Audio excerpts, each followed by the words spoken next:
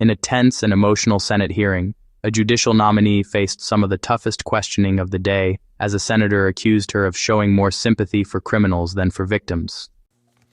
You have more sympathy for the criminal than the victim, don't you?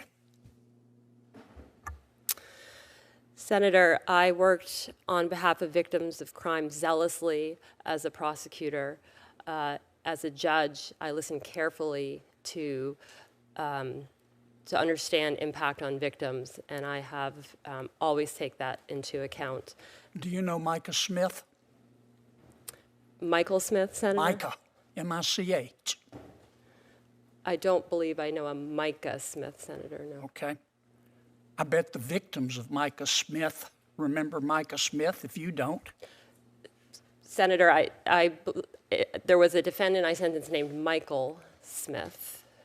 Mr. Smith molested a 4-year-old girl, didn't he? Senator, he was convicted after trial of unlawful sexual contact under Maine law. That's a nice way of putting it. That was the charge, Senator. Right. Mr. Smith molested a 9-year-old girl, didn't he? Senator, again, he was convicted of unlawful sexual contact against 2 children. In that case, I did impose the sentence the state requested. At oral argument, this is how Mr. Smith's conduct was described. Quote, you heard this testimony. All of the abuse is done in the same fashion. Smith would rub his fingers in a circular motion on the vagina of each child, and he did so repeatedly. Now, where I come from, we call that sexual abuse. You can pretty it up all you want to, Judge. This is what you said at Mr. Micah's sentencing. These are your words, not mine.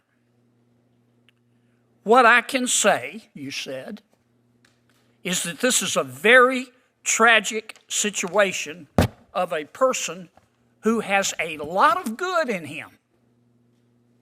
A lot of good in him. Having done a very reprehensible thing to 2 young children causing extreme damage.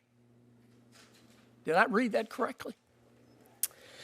Senator, in that case, I imposed the sentence the state requested. Did I read that, your quotation, correctly? Senator, that I think is a portion of what I said at sentencing. My focus was on... But the words I read, are they correct? That's what was reported in the paper, Senator. I have not seen a transcript of the sentencing. I bet the victims remember, Judge. You might have forgotten, just like you forgot his name, but I bet the victims remember. And then you handed down a sentence. You gave Mr. Smith 12 years, but you suspended 6 of them, didn't you? Senator, that was at the recommendation of the state because but it was your ruling. Did you? Is that an accurate statement of your ruling? Senator, I accepted the state's recommendation that 6 years should be suspended so that Mr. Smith would be required to participate in sex offender treatment. I appreciate the lengthy explanation, but I think it's a pretty simple question. That was your sentence, right? Yes, I imposed the sentence the state requested in that case. Are you familiar with the Bangor Daily News? I am the Bangor Daily News, Senator. Right.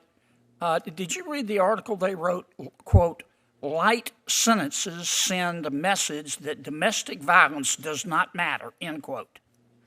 You remember that article? I have read it, Senator. I believe it mischaracterizes a case that is That described. article was about you, wasn't it? My recollection, Senator, is that it described several different cases. The case that I worked on that was described there, the defendant in that case was acquitted by a jury of the most serious conduct, and that was not reflected in that article. And so the newspaper got it wrong. That was an op-ed that I believe misunderstood what happened, which is the jury acquitted the defendant of the most serious conduct that he was charged with. I was not the fact finder in that case, and so at sentencing I was bound by the jury's verdict. Let me ask you, I'm going to run out of time here. I wish I had more time for you, Ms. Campbell, but I've seen a lot of a lot of activist judges. And I'm not saying you're the most activist, but the list you're on, it sure doesn't take long to call the roll. Let me finish with this question. I'm going to end as I began, Judge Lopez. You have more sympathy for criminals than victims, don't you? Senator, I have the support of the Maine Coalition to End Domestic Violence and the Maine Coalition Against Sexual Assault. I believe that support is a reflection of the work I did as a prosecutor, as well as the care I take with cases involving victims as a judge. You're embarrassed to answer my question, aren't you? The nominee pushed back, emphasizing her long history working on behalf of crime victims as both a prosecutor and a judge. She said she always listens carefully to victims and considers their experiences during sentencing. The confrontation escalated when the senator brought up a past case involving a defendant named Michael Smith. Smith had been convicted of unlawful sexual contact with 2 young children. The senator read graphic details from the trial testimony and challenged the nominee's characterization of the defendant during sentencing, quoting her as saying that Smith was a person who has a lot of good in him, despite committing reprehensible acts. The nominee responded by saying she imposed the sentence the state requested and noted that she had not recently reviewed the transcript.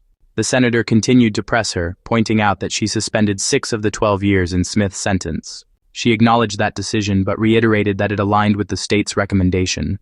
The questioning then shifted to a newspaper editorial criticizing what it called light sentences in domestic violence cases. The nominee said the article misrepresented the case and failed to mention that a jury had acquitted the defendant of the most serious charges, limiting what she could consider during sentencing. As time ran out, the senator returned to his central accusation, that the nominee was more sympathetic to offenders than victims. The nominee defended her record, stating she had the support of multiple victim advocacy organizations in Maine, including groups that combat domestic violence and sexual assault. She said this support reflects her consistent work on behalf of victims throughout her career. The senator ended by suggesting she was embarrassed to answer his question, a claim she did not respond to before the hearing moved on.